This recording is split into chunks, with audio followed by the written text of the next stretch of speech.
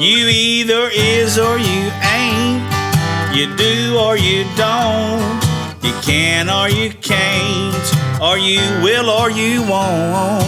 Either way, baby, a good man, well, he's hard to find.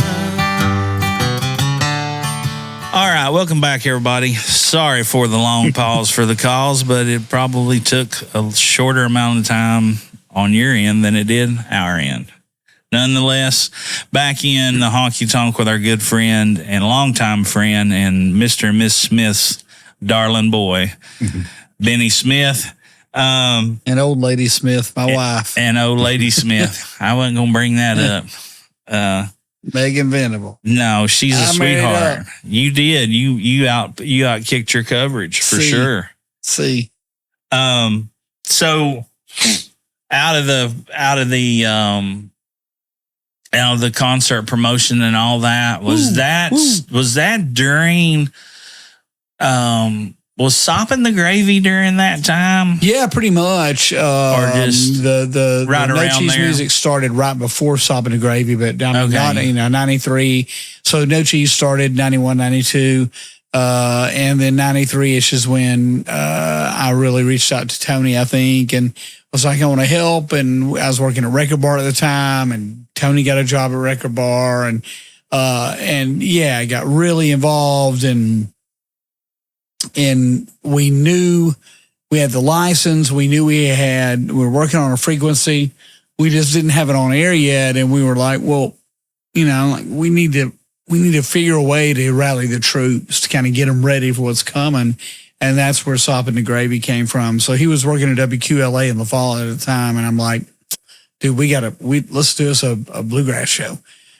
Sunday night bluegrass show, blah, blah, blah. And I'm like, that's going to sow the seeds for WDVX and start get people talking and get people rallying. And if it works out, we'll start bringing shows to town, and that'll make it even more well-rounded.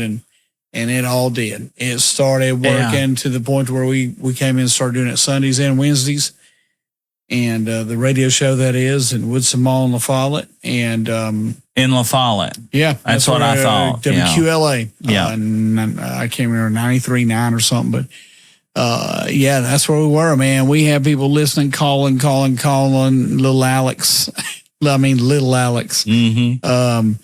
And it did. And we started booking shows at Old Man's Barbecue, with the Gillis brothers and James King and on and on. And we brought back Bluegrass Day at the Tennessee Valley Fair. And, we're like, all right, it's building. And that show is what kept it building, Soppin' the Gravy. And funny thing, people were like, how'd you get that name? And so, true story, Tony and I were working together at Record Bar, and my cousin was a manager, and he would schedule Tony and I together a lot. And so we were working at the Record Bar one night, and we're like, man, we gotta figure out a name for this bluegrass show. I'm like, well, it's always a good idea to have an instrumental that's the same name, because that's kind of your intro song. And I'm like, we're lucky because bluegrass has lots of instrumentals. I'm like, so let's go over to the bluegrass CD section and start looking around. And so we did, and we hopped up on Soppin' the Gravy by Mark O'Connor. No kidding. And I'm like, there it is. Yeah. It's like finding the prize egg at Easter time. It's like, the Hallelujah chorus coming in. And, I'm like, there it is. And he agreed, and that's where it came from. There's a couple different versions of Soppin' the Gravy, but the Mark O'Connor version is the one we always started the show off with, and we thought it would fit brand-wise, and man, it did, and it was huge. We called our fans Sop Heads, and they were everywhere, man, and it really helped rally and build support for what would become WDVX and what would really help bring bluegrass back. We did Marcus's Pizza up in Fountain City, which was huge. Started doing the Bluegrass of the Bijou series, Skaggs at Tennessee Theater with Tony Rice and Peter Rowan. Yeah, I was there at that show. My God, these just incredible bluegrass shows. I was there at Marcus Pizza. Dude, that was a few times. Incredible scene. My buddy Johnny Miller played. And Eddie. He sure did. Yeah, Eddie Miller. Yeah, man. that thing grew. It became so huge that ASCAP and BMI showed up and shut him down, unfortunately. Yeah. But it was huge. I mean, we got press coverage but that was about the same time that Oh Brother Where Art Thou and Emmy Lou at the Ryman and Ralph Sunday Night Sunday morning record. Yeah. Right when bluegrass had that explosion in the 90s, that was about that time. It's the same feeling right now with Billy Strings doing what he's doing. So many others. He's kind of the lamplighter. Him and even the crossover stuff like with Molly Tuttle. Oh my gosh. And I mean, there's so many others. Is that girl Bella White? Is she still playing or singing? Have you heard? I don't know. That's a good question. Her? Yeah, but I have. But I tell you, tremendous talent. Amy Sunshine's new record is good. Oh yeah, good. But it doesn't surprise me. With her. That's a real good one. Man, it's about time to have her back on the Christmas Spectacular. It's been a long time. Turning, I mean, the new Red and Paper Flowers record's so good. The new Handsome and the Humble so good. I mean, dude, we are so spoiled around here. It's unbelievable. Is Emmy's bluegrass, or is it? No, man. It's more Americana, straight Americana, but her songwriting is just taking that next jump. Yeah. Live, I think it's going to sound really, really good. So, well, she's growing. She's getting older. She's had the reps. Wants a little independence, and absolutely, I think it shows it with this record. It's good. Good. That's good to hear. Yep, it's good to hear. Good to hear. So after during all that time, so then when did you actually officially go to WTK to start? So as a student, when did I go? No, like when you started working there. As general manager. Yeah. So that was October 2004. Okay, so a little past this time, but. Oh, yeah. Yeah. And, when all the crap went down, that was July 2024. Right. When all that stuff went down. So I was there, 20 years and helping with a lot of other people's help, making that station a big part of the community. So, what's your routine? Like your daily routine? What all did you do? I mean, I can imagine. That's a good question, man. Yeah, and whatever you're comfortable with or not. I'm curious. It's different because I knew you worked your ass off at it. Yeah, and I was raised that way, and I think we probably all were. But for 8 years, I was a single dad, and so my routine was all about that girl and all about making sure she got off to school the right way. And just, making sure everything was cool with her. Yeah. And but along the way, I was able to coach soccer, which is a sport I knew nothing about. And, a lot of things that I got to really experience too. My routine, she was involved in all that because I was a single dad. And so, running WTK, it was a 24-hour-a-day job, literally. Absolutely. And so there were times I would have to wake her up, and we were off the air, and I would have to drive down there and get us back on the air and bring her back and put her back to sleep. And so she grew up knowing what it was all about. But she's real responsible, incredible worker, and she's getting ready to go into her second year at Pellissippi State, trying to figure out what she wants to do. Which I'm glad she's at Pellissippi trying to do that. She have any idea? She did, but she doesn't right now. And that's just it. I mean, we'll see. I'm trying to give her as much wiggle room as possible, but answer as many questions as possible. So my routine, really for many, many years, it was really that girl and then, the station, I was rebuilding that at the same time. And so, but what did you do at the station? I mean, obviously, sure. It was crazy. Because you helped, did you teach any class? I mean, because a lot of the stuff was accredited, a lot of the kids that worked there and all that stuff. I taught classes and there was practicum credit and all kinds of other credit that I was responsible for giving out. I taught lots of classes, enjoyed every second of that, was constantly, on call 24/7. But when I was down there, I don't know how I don't have ADD, because I was constantly being pulled from whatever I was in the middle of trying to do. There was always a student coming to me, wanting to know this, had a question about this, and that's cool. That's why I was there. But boy, howdy, it was hard to lock in. Oh, so I bounced a lot and made it work, and made sure that those students got the return on their investment called tuition. Yeah. And the return on the time they spent down there with us, because that's some cool experience down there at that station. Absolutely. I mean, what we had to offer, the connections to the community, the connections to artists, it's gone now. But unbelievable how so many students benefited from it. Not really unbelievable. We knew it would work. It's just that tie to the community is gone now, and it's really sad. It is sad. I mean, you gave such a platform. It'd have been cool to have a going out party for a voice. We still might. You never know, right? I mean, Mike Keith worked with that guy. John Wilkerson worked with that guy. I mean, I can go on and on of the folks that have gone through down there, and the magic dust from that basement there in Andy Holt Tower. There's some incredible, legendary broadcasters that have gone through there now, and but it's a different. UT's a different place. There are people who aren't from here who are calling the shots, who don't care. They don't ask because they don't care. And so they make decisions that aren't based on probably Knoxville's best interest, but what is going to get them to their next stop and what is going to bring UT in that next check. Right. And that's why I'm glad to be away from it. Yeah. Well, I know it was a rather abrupt ending. And I didn't want to, I definitely didn't want to, but when I first reached out to you, I think the first text I sent was just, "Hey man, I love you." Yeah. Yep. And that was a bunch. It was like, amazing. I didn't have anything else to say and, or anything else intelligent to say other than, and I didn't want to know, I just wanted you to know, cause you gave us coverage anytime we ever asked for it. I mean, booked me on shows, from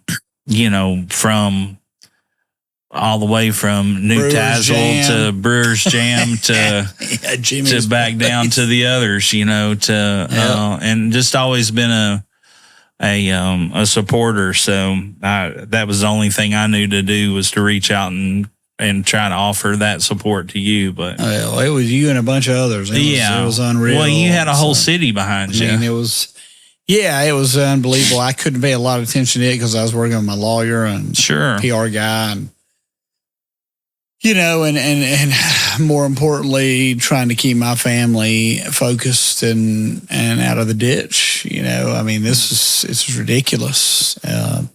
And somebody called me this morning who's being pushed into forced retirement there at the college again. I mean, it's not just me, and it's not just that college. Yeah. And it's a shame that people aren't appreciated, but at the same time, I would never want to work with people like that. I don't want to be associated with them. I don't want to walk down the same hallways with them. I don't want to use the same bathrooms as them. I want nothing to do with people who deal with other people and do business that way. Well, so it worked out better in that regard. Before we had our official comeback for this second part of the podcast, I mean, we said that. Yeah. Motivation. And their motivation and our motivation aren't the same. No, not at all. They don't line up. And I think you're seeing that with UT with every step of the way. I mean, they're getting ready to plow down Maplehurst. The fact that the extension of renovation and renewal to East Knoxville the funding was taken away, but not for the pedestrian bridge at UT. I mean, just, things like that. You're like, come on. They look very inward with the university now. They're not as concerned with what goes on in the greater community. I mean, that was witnessed a year ago, last week or so, when they just literally pulled the community out of WTK and WTK out of the community.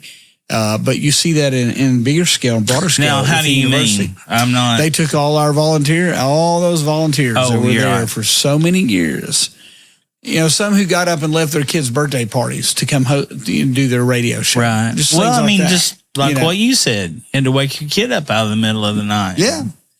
And they were just like, "You're done here. Goodbye. We don't want you anymore." That's how So they literally pulled the station out of the community and the community out of the station. By pulling all those people out. Those people who have been in this community for years, but who would hand off to any student that would want to do that show. And that's how some of those hosts got their job, was they were a student and kept doing it. And so just, a really, really bad way of doing a job of whatever they wanted to get done.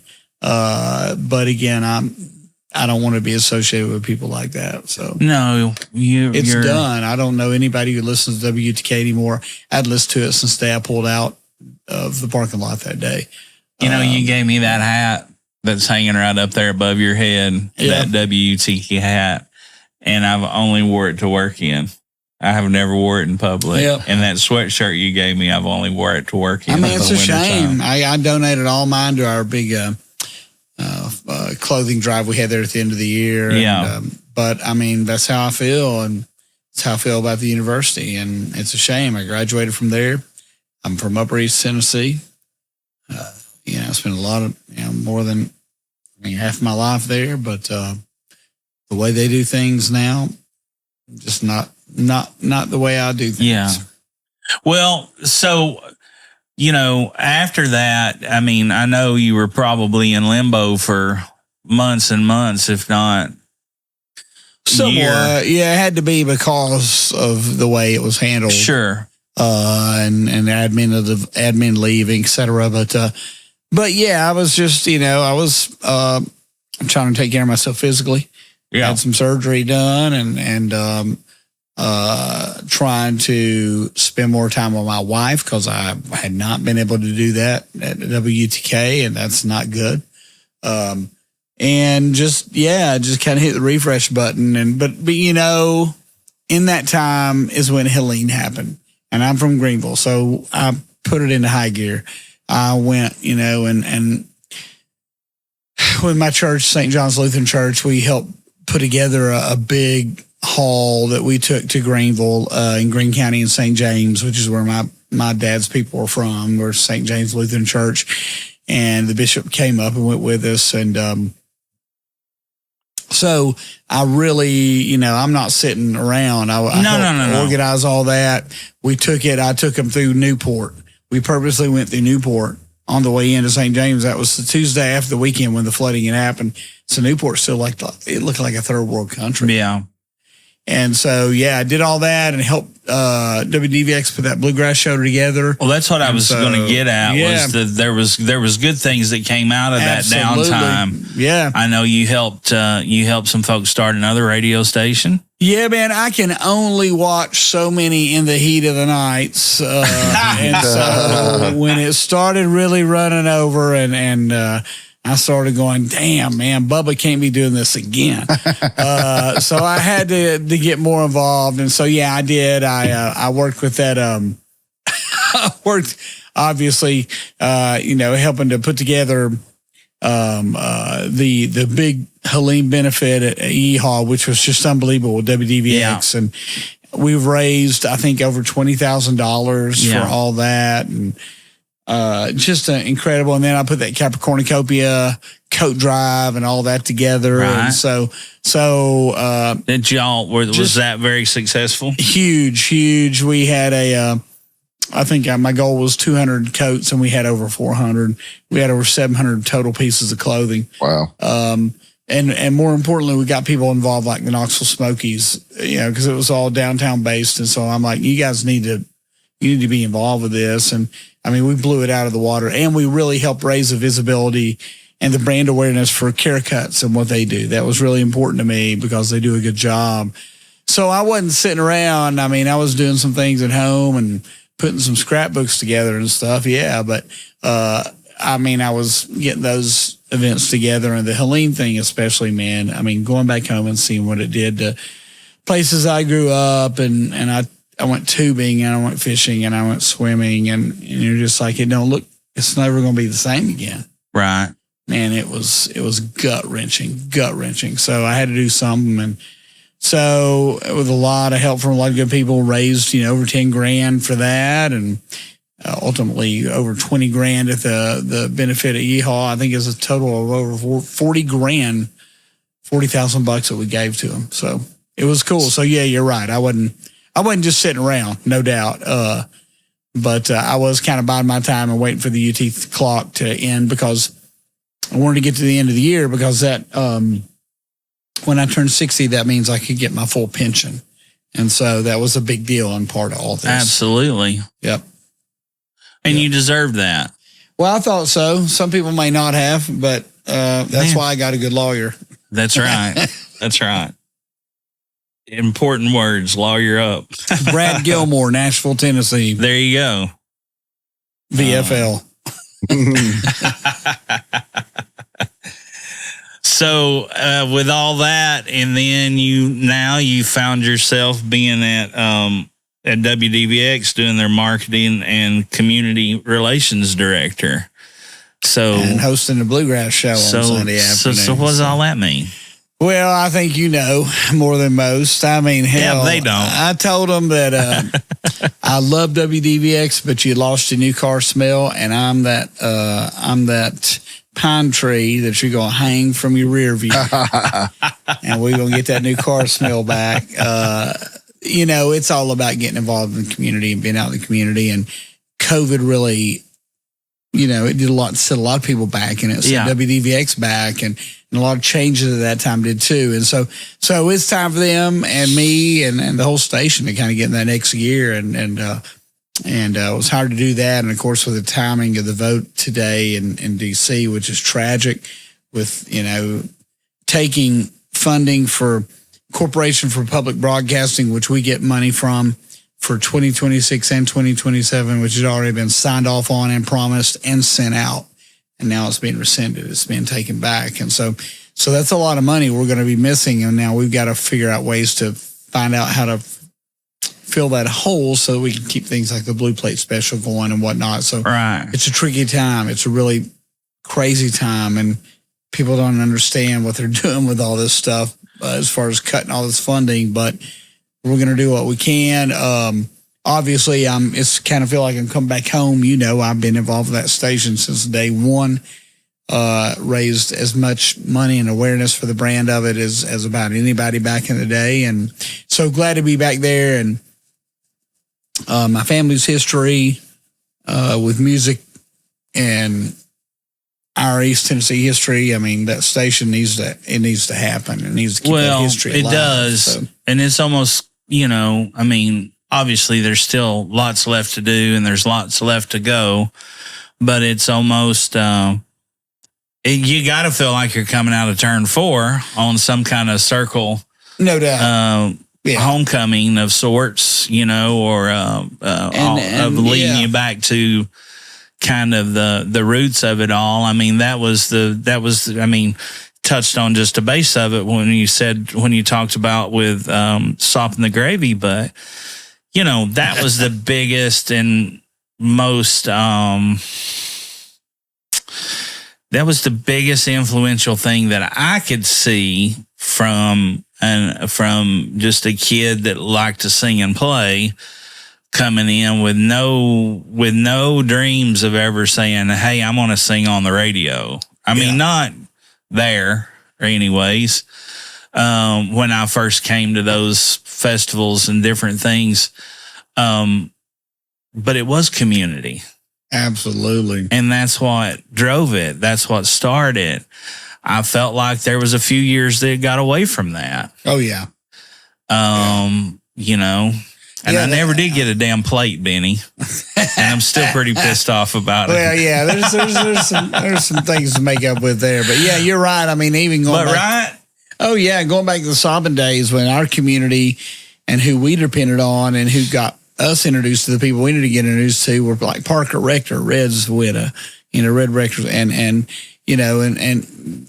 Bud Brewster and David West and people like that are just like legends, and laid the groundwork for that. Absolutely. And made sure we knew who we needed to know they're like, you need to know this guy, Parker. My God, Right. bless her heart. She introduced us, Tony and I, to so many people that really paved the way for WDVX. Salt and Gravy was on the air at the time, and Red was amazing. I mean, Red Rector was a legend, and Parker was one of the sweetest people I know. And so everybody knew Parker, and everybody loved Parker as Red's widow, or just as Parker. And so she really took it upon herself to introduce us to so many people, and it's that community like you're talking about, dude. It is a community, and we penetrated it, and we apparently were validated, and that show took off, and then WDVX took off. And so here I am back again, trying to get it to that next level again. Well, I love it. I think it's a perfect fit. I think there's a lot of things that will make it successful. Just the fact that it is a circle, a homecoming of sorts. And I also think that there's also the fact that it was a very good analogy with the pine tree and the new car scent. But I think there's got to be a little bit of fire under your ass about it too. Come on, I mean, no doubt. You're a green devil. You're a green devil. Oh yeah, my dad. For God's sakes. My dad was a coach. Right? Was my coach for many, many years. Oh, I'm as competitive as it gets. Not out of spite. That's the wrong way to do it. I mean, but there's a fire under there. Oh, I was, my intro to everybody at WDVX meeting, who they all knew me anyway. I brought this picture of Pat Summitt, and it said, and on it said, "How am I going to beat you? Because I'm going to outwork you." And that's all I showed them. I'm like, this is what I do. I'm going to outwork, not you all. I'm like, I'm going to outwork whoever it is on that other side, and pull the station along for the ride. And I learned a lot from her. Man, she came over to the station. So about any time we would ask her to, and just to talk to her, and just to talk to her as being a mentor of students and the way she was. And good God, what a blessing to have that in my life, much less in our UT life. And so. I don't know, man. I don't even know where to go after that with Pat Summitt. You kind of start when you're stopping, you're at the top there. Straight to the top. But dude, she was also the same one who told me, and it sounds simple, but it's so true. She's like, my dad told me, if you're going to do it right. And it's so freaking true. I mean, it sounds simple, but it's so true. If you're going to, just don't half-ass. You've got to go. You got to push it and do it right. And yes, having her right across the street there for a few years was a pretty cool commodity. There's no damn doubt about it. Oh, absolutely. She was awesome. I've told she people. Was awesome. I've told people a dozen times. There's your refill if you need it. I got it, but I'm cool still. Okay. Yeah, man. You can be half-assed here. You can be half-assed somewhere else. It's up to you. I mean, not when you're trying to prove yourself. No, and exactly. Like her players are, like my DJs are, and that's the point we were trying to get across. It's exactly. Like a half-assing stops at that door. Yeah, exactly. Well, I'm tickled for you. I'm glad you're doing that. So am I. And we'll see what happens again after all this CPB stuff, and I know they'll take it to court because it is illegal, and that's something when you told us, and probably maybe a lot of folks, they don't understand it. That's first time they hear about it. Yeah, that's on purpose, but it's you can't just hand over the purse strings like that to the executive branch. That is the Congress's job to do, and that's what they did today, and that's why a judge will rule this illegal. But it's just the idea behind it, and the whole scorched earth policy of they don't understand. There are rural stations in Wyoming that support farmers and cowboys and all who I'm sure voted for Trump, and they're going to lose a lot of money on this. They're the radio stations rule. Yeah. So it's politics. It's a shame when it affects everybody like this. Well, we got hit hard with it too, with with all the work that we put in for the last so many years with the Christmas Spectacular and Second Harvest. Yeah. I mean, they got hammered. And everybody's like, well, just ask people for money. Well, do you realize how many people are going to be asking people for money now? Everybody. Yeah. And nobody's got any. Yeah. That's the other problem. Cut. Yeah. So it's some weird times. It's some crazy times. I just hope people don't forget the 11th commandment and love others as you love yourself and want them to treat you. But I don't know, man. It's a weird time. It is. It is a very weird time. But music helps you during these weird times, no doubt. It does. And as who was it? Charlie Walker said, don't stop the music. No. Let it play one more song. Yep.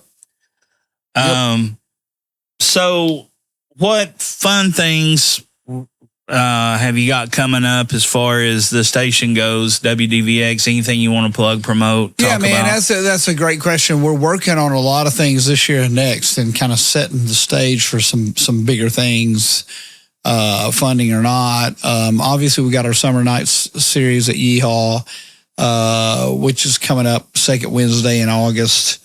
Tennessee Sheiks, and I think it's Trey Wellington band out of Johnson City, great banjo picker, good guy, great guy. And the Sheiks is Don Castle and Brent and Poe, and I mean just incredible. All those criminals. Band. Yeah, Crawley, for God's sakes, Crawley. So that'll be fun. We're doing Dan Tominski and Amethyst Kia in August at Bissell Park for our Summer Night series. We're doing a free Tennessee Shine show in August at the Bijou Theater with Kelsey Walden and her band, with Handsome and the Humbles and with Red and the Paper Flowers. Free Bijou show. I mean, that's a big deal. We have to take it out because you don't get many free Bijou concerts. But no, we just thought, man, we could all use that right now. Sure. so we did what we could and worked with the Bijou on that. So.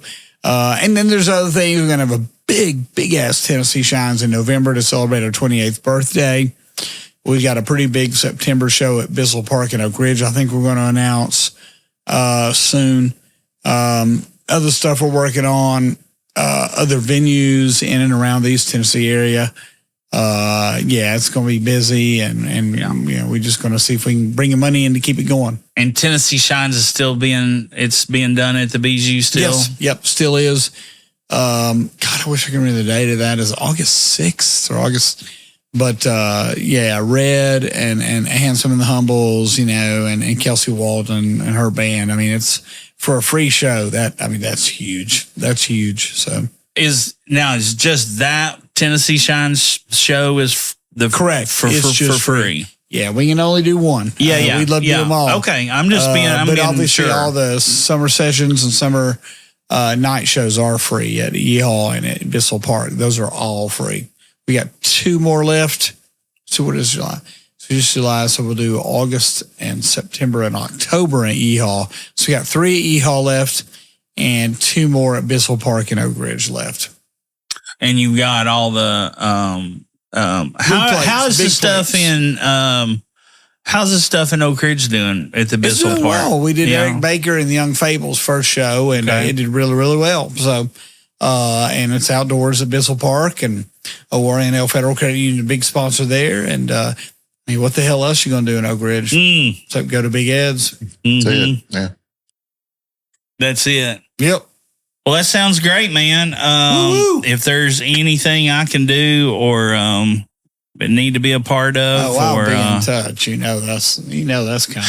I feel like I dropped off a little bit with a lot of that stuff. And it was kind of that pandemic year, and I still there's still people getting it up and going. Like I said, WDVX is really just now getting it back up and going. Yeah.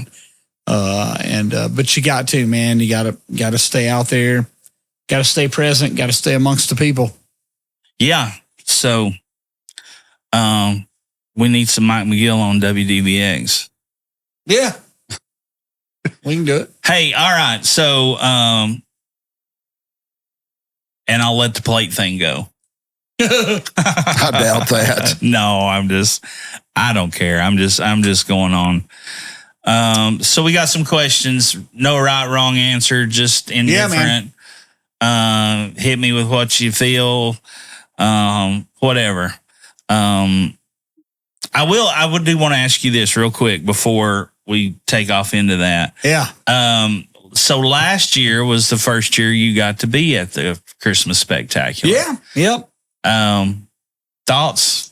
I have a life back. And that's part of it. Well, I know we had a drink. What a tradition, man. A really, really nice hug and a talk. It was so cool. Yeah. And you can tell it's become a Knoxville tradition. Yeah. I mean, people kind of expect it.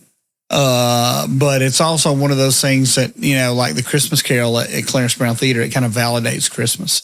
It's kind of the point in Knoxville where there's some things that if you can check that box and go or be a part of it, it's like, yeah, this is part of making Christmas.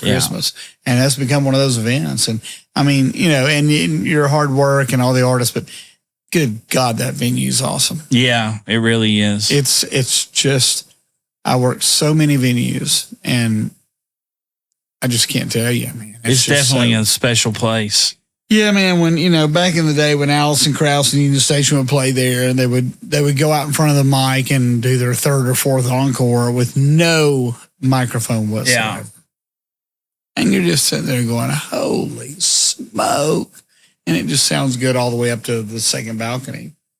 And, you're like, I know I'm in the right room. So it's a great place. Love that place. Very good. So speaking of Christmas, do you have a favorite Christmas? Well, my birthday is December 30th. So, I mean, they all kind of blur together because the party starts New Year's Eve or Christmas Eve rather. And then, goes, my brother's birthday was 27th. So we would party Christmas Eve hard. Christmas Day, his birthday, my birthday, New Year's Eve. And then the Vols were always in a New Year's Day ball. So it was just always boom, boom, boom. But if I had to pick one, there was a year, I guess it was probably 1971. And I got the G.I. Joe, like safari, like Ranger outpost thing. I was a big G.I. Joe dude. Yeah. Big G.I. Joe, huge. And just, I still have remember any of them in the box and in mint condition.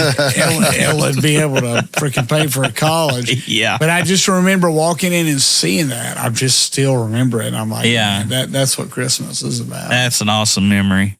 That's great. Best fair food.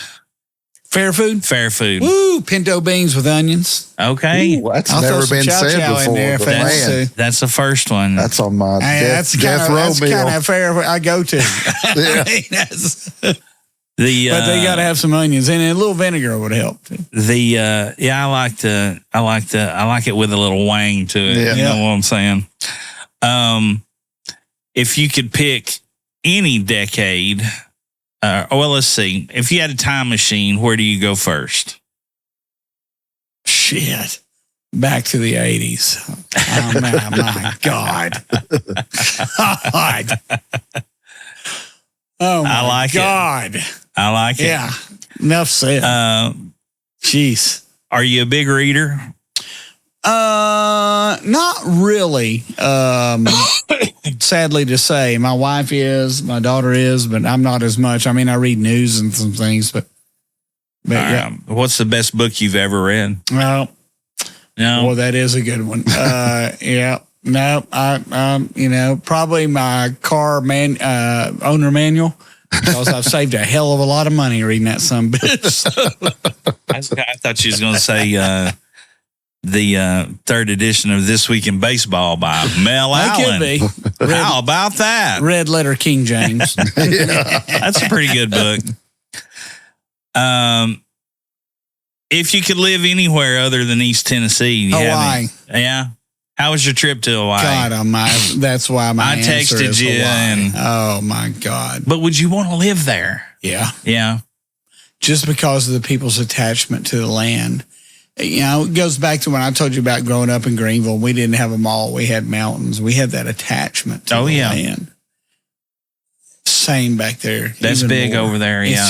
I felt it. I'm like, man, yeah. I told a lot of people when I was over there, I mean, in Kauai, you know, I was just like, these are mountains like we have at home. Yeah. You know, they're rounded or flat topped. It's a good one. Mountains 15. versus, man, it just, you know, I loved it. We had a great time, mainly on Kauai. Maui probably second, and then Oahu third.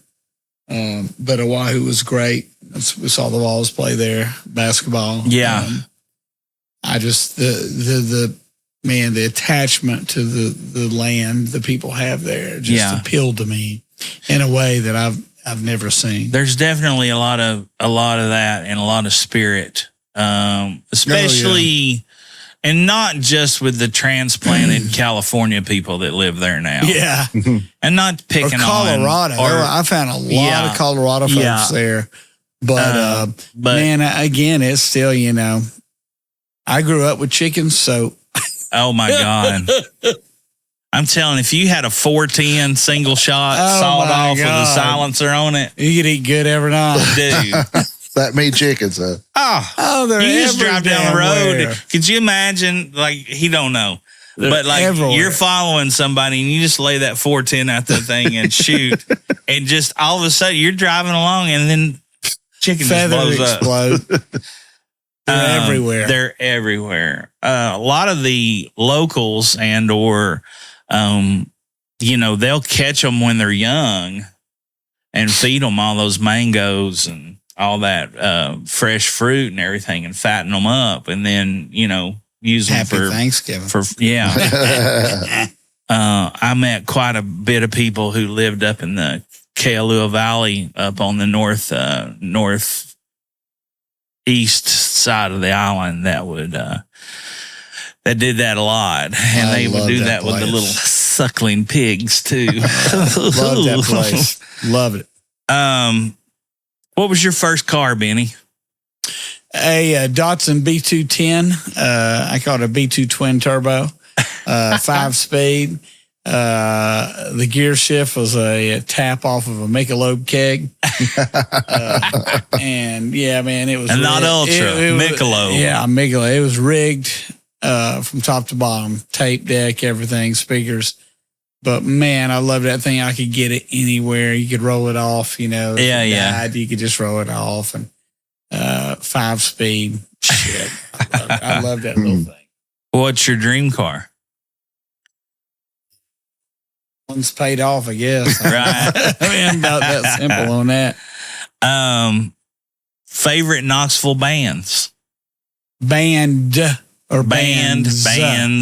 Shit. And this could be from way back to now to Mike McGill or anything you want to say.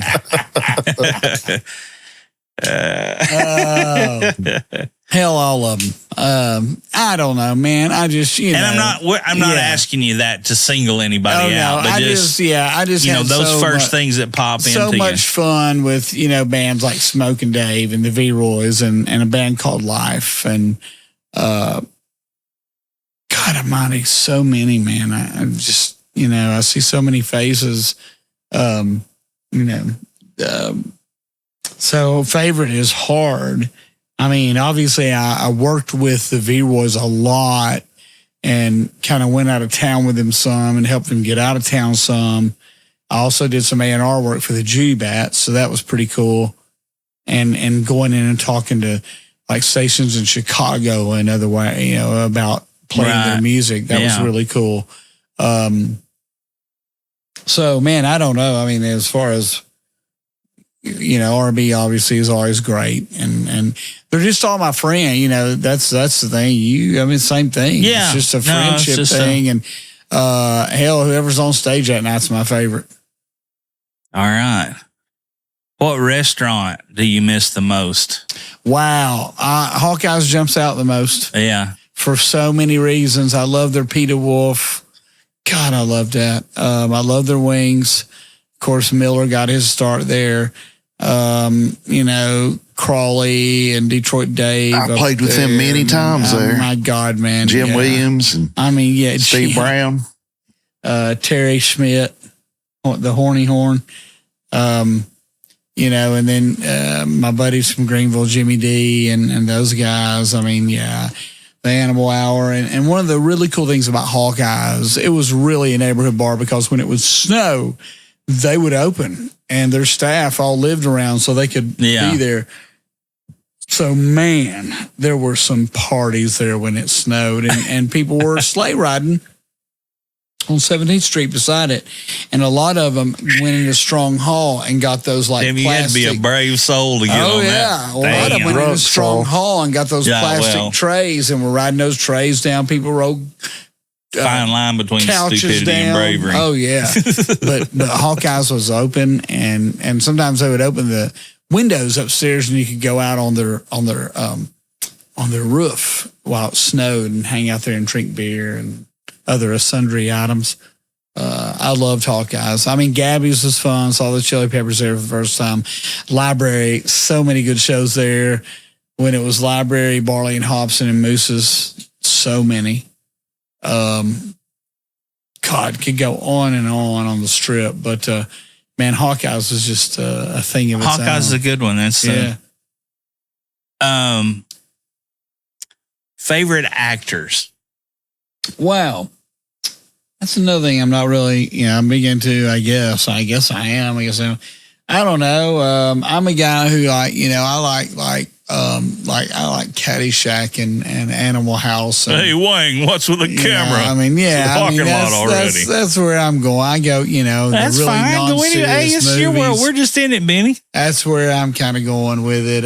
So I guess Belushi, Dangerfield, Murray. I love it. But yeah, that's kind of what I get into and have a good time watching again and again. So yeah, all right.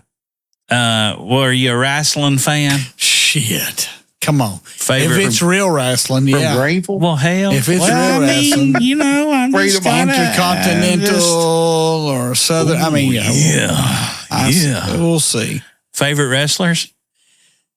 Woo! I guess if you got to start, it's with the LOD, Road Warriors. All right. I mean, there's two of them. That's okay. They never waited. They came in, their entrance song and the way they came in. Yeah. And then right neck and neck is Dusty, American Dream. Honky Tonk Man, loved him. Greatest Intercontinental champion of all time. Shake, rattle, and roll, baby. Loved me. Oh, yeah. He's up there somewhere. I got Honky Tonk Man up there somewhere. Let's see. Who's some others? Those are some of the big ones, obviously. Dirty Dick Murdoch. Oh, Captain Redneck. I mean, yeah, the old school. And then so I grew up. Well, no, I lived about 4 years in Kingsport, Colonial Heights, 3.5, and first few years of those was right across the street from Whitey Caldwell. Oh yeah. So. That was a big name in Knoxville-based wrestling too for years. Huge. Him and Ron Wright were that was it.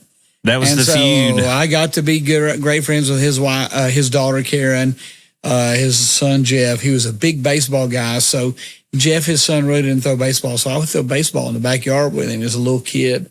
And I remember when he got killed. He got killed coming back from Newport in a wrestling match. And man, I sat on my hill. My house was kind of catty to theirs. And I sat there and I watched all those wrestlers go in and out of there. I mean, like the best of the best. Mm-hmm. And I was just amazed. I was blown away because I went in that house so often. There's so many trophies and belts and things. I mean, it was unbelievable. But he loved baseball. So he loved when I showed up because he wanted to throw baseball. Which means he was probably a Yankees fan, too. Probably right. Especially because he was a consistent champion. For Christ's sake. Him being a consistent champion means that he was a Yankees fan. So, but that was pretty doggone cool. It was sad when he died. Yeah. That was back in the day when they put a slow sign on your street when somebody died, because neighbors were always going and taking food. But man, all the big time, like the biggest, and I was sitting there watching them all go in and out of there. And yeah. it was sad, but it was It was really wild that I got to know Whitey and Karen and Jeff and all them and see that world as it was. It was pretty interesting. Yeah. Even as a little kid. What's your favorite beers? I'm a IPA guy. Pale Ale, IPA. I love Alliance locally. I love Zool. But yeah, I'm an IPA guy. All right. This might be a tough one. Yep. I'm ready. What's your favorite sports moments? Woo! So, just what jumps out? Yeah, I mean, there's great ones. Winning a baseball championship last year was great. Pretty darn good. My daughter, my mom, and my wife there in the house. The year that we 98 when Florida missed the field goal, and I was there in the stadium. That was great. Of course, Alabama and beating them with the field goal was great. Greg Bell, I was right in front of Greg when he hit a shot to beat Kentucky, and I think it was 91 in Thompson Bowling Arena. Man, it was just unreal. And the coolest part is that Pat Summit sat in front of me in RB as when she was still married to RB. Yeah. And she loved how much hell we gave Kentucky. Loved it. I mean, loved it. I mean, we gave them immaculate hell. Well, because I hate those son of a bitches. I do too. And I told somebody said, how bad do you hate them? I said, I'll tell you this much. I'd rather have a sister in a whorehouse in the state of Alabama than a brother that played Kentucky basketball. Blue-bellied bastards. That's what they are. And Greg hit that right in front of us, and that was a big night. I've been blessed to be in Neyland for a lot of big, and Thompson Bowling for a lot of big moments. Were you there when Meshack hit the half court? Or not the half court, but was I there for that? No, it was against Bama. Was I? I don't know that I was. I was sitting at the corner lounge. Oh, it was on the bar. Yeah. That's a good place. I'm gonna tell you, best moments I've had in sports are when my dad's coaching. And that's no shit. I've won championships with my dad, and I don't know that there's many moments that are better in my life than those moments. Yeah. For so many reasons. And so, and I got to share more of them with him than all my brothers. Yeah. So those are the ones I wouldn't exchange for nothing. Very good. Albums. Woo! That's another good one. Let It Bleed by the Stones is a good one. Saturday Night, Sunday Morning by Ralph's a good one.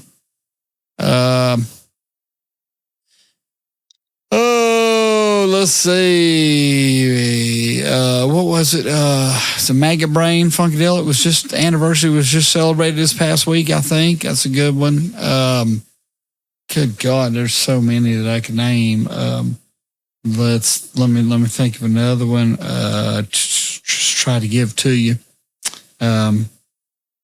Stones jump out at me the most.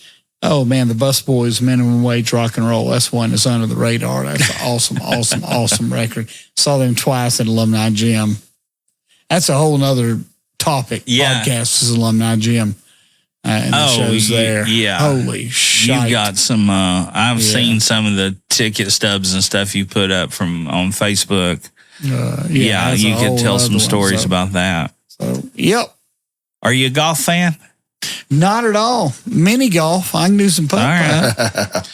What about Saturday morning cartoons? And that's weird because Greenville, there's a lot of golf courses, and a lot of my friends were on state championship teams. I was a baseball guy. Well, green. It's green up there. Yeah, that's true. No Saturday morning cartoons. I'm usually waiting on my wife to cook breakfast. Well, I don't mean now, for Christ's sake. Oh no, back in the day. Oh yeah, I was so pissed off because usually usually in August, September they debut the new cartoons, and I always had football practice that Saturday morning, and man, it used to kill me. But yeah, dude, I grew up watching Saturday morning cartoons. Have you got a favorite?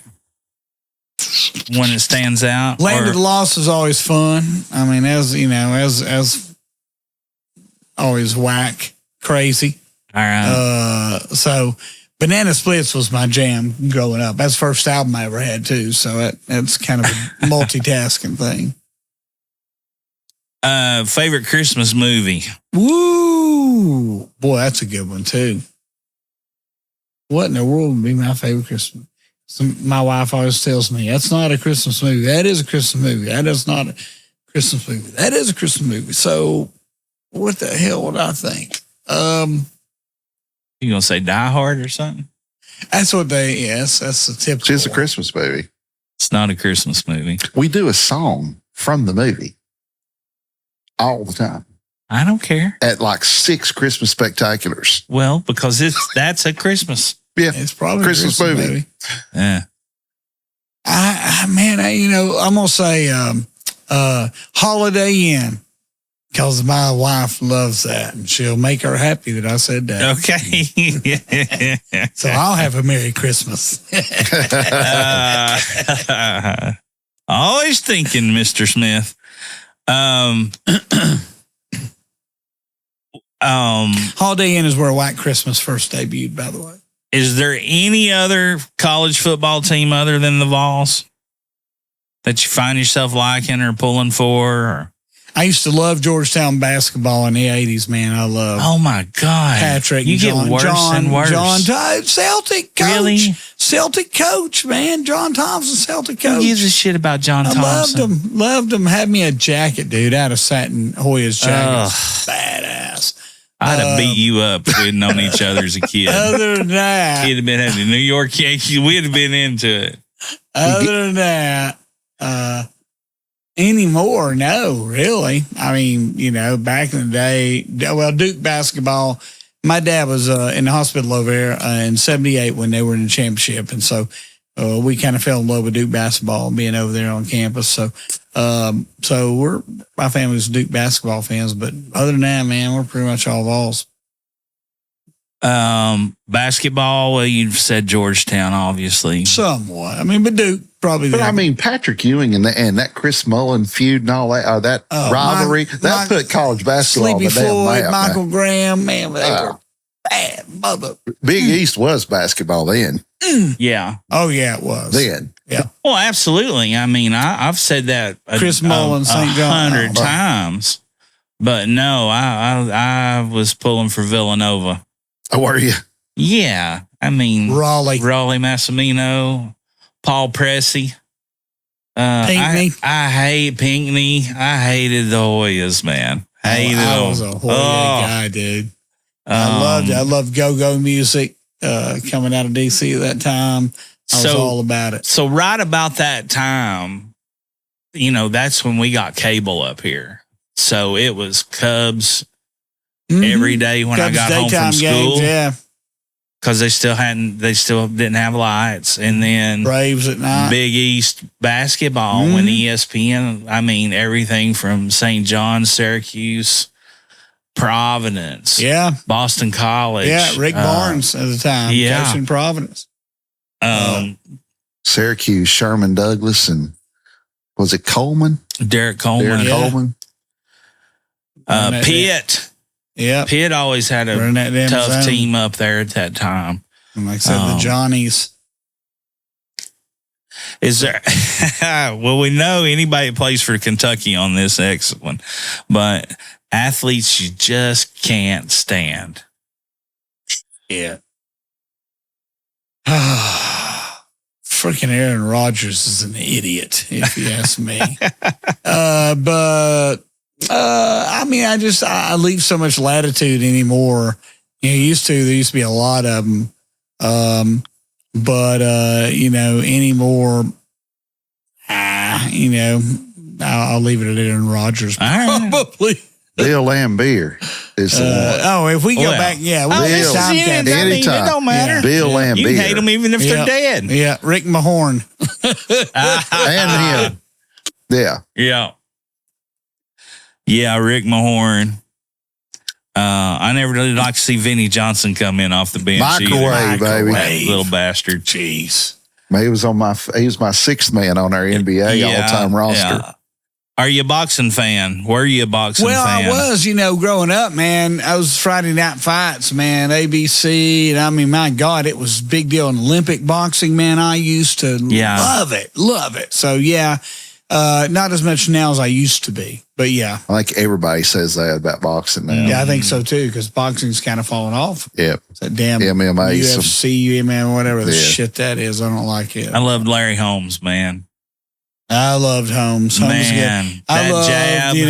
He's getting a lot of respect. That jab. A lot of these lists I've seen of top heavyweights of all time, he's like number 3. That jab had to be like getting hit with a 20-gauge shotgun, man. Yeah. It was just so fast. But, I mean, and people from here, I mean, Bernard Taylor and, of course, Big John. I mean, it was. Who was that kid from Morristown that fought? What was his name? I remember what you talking about. He was like a lightweight, middle lightweight. Something. He was good. Frankie Randall. I think you're right. Is that right? I think you're right. Yep. He was damn good. He went through the Golden Gloves. Mm-hmm. But yeah, I was big into. I loved Hitman Hearns. I was a big Hitman fan. Man.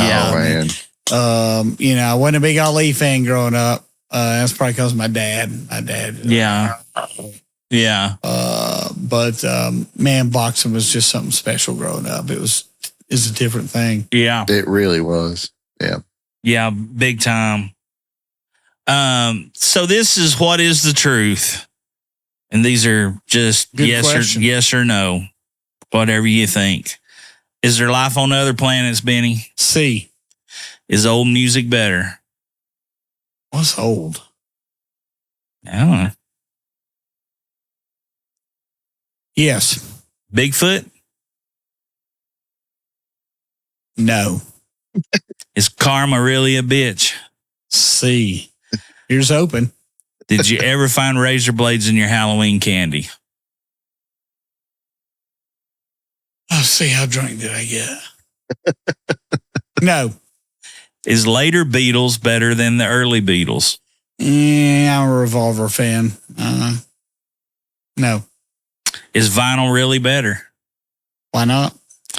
Do blondes have more fun? I was blonde for probably a third of my life. Sure.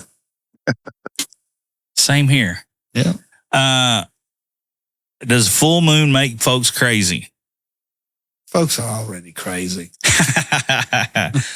Magic, real or eh? I'm a bird guy. No. Oh, I got you. Did we go to the moon? Which time? Afterlife? Ask me later. Let's hope. Yeah. Ghosts? Yes. Do you have a ghost story or an encounter? Not really one off the top of my head. Yeah. All right. Have aliens visited Earth? Oh, hell yeah. Earth is round? Oh, hell yeah. Do hitmen exist? Oh, hell yeah. Are all men created equal? Oh, hell no. You heard it here first. That's it. There you go. Tell them all about WDVX again. 8 o'clock, buddy. I made it. Let's see. Well, we're at WDVX.com. You can stream us. The best part, obviously, other than the fact that we play a lot of cool music, we try to, make sure we put a lot of people on stage. And that's important because that's what they do. And so what we should do is make sure you know that and you hear that and you see that and you come out and enjoy it. So go to WDVX.com. You can find out more about what we're doing. You can listen to us. You can stream us. I do a bluegrass show Sunday afternoons, 12 to 4. Clinch River Breakdown, jump in and hang on. If you don't like fast-powered or high-powered bluegrass, at least, it's not your place. But I think you'll get used to it. So listen to it. Listen to the station. Support us. There's some interesting days ahead, but we're going to try to offer as much as we can to make you understand what we've got and how you can support us. So I appreciate the opportunity of being here. Man, I love it, man. About time. You're welcome anytime. You know that. And we're appreciative of having you and the best to you and yours. I know I know Ella will turn out just spectacular, like she has. Yep. Other than you've indoctrinated her with that foolishness of being a Yankee fan too. Hey, it's good to know that the people. I got to wrap it up. I got a microphone as well. We're up against it. And I edit the stuff. You So understand that rings are the thing. That's right. And she likes rings, being a female. That's right. And so obviously she's a Yankees fan. Yeah, of course she is. We've got 27. Raise the winner. Well, Raise the winner. 28 coming soon. 28 coming. I say it was like a joke, but only smaller, boys. No, come back anytime. Be sure to tune in to WDVX. They've been longtime friends and longtime supporters of local music. We got a lot coming out in the back of ours as well. And Benny, good to see you. Jamie, you want to do another one? Sure. Folks, be kind to one another. It doesn't cost a dime to be kind, but there's always a price to be paid for cruelty. So, and remember, you can find us anywhere online, and life's too short to smoke bad cigars. We'll see you next time. See ya. I'll be gone in the morning before the sun comes up, with me and my weenie dog and my pickup truck. And either way, baby, a good man, it's hard to find. I said, now either way, baby, a good man, it's hard to find.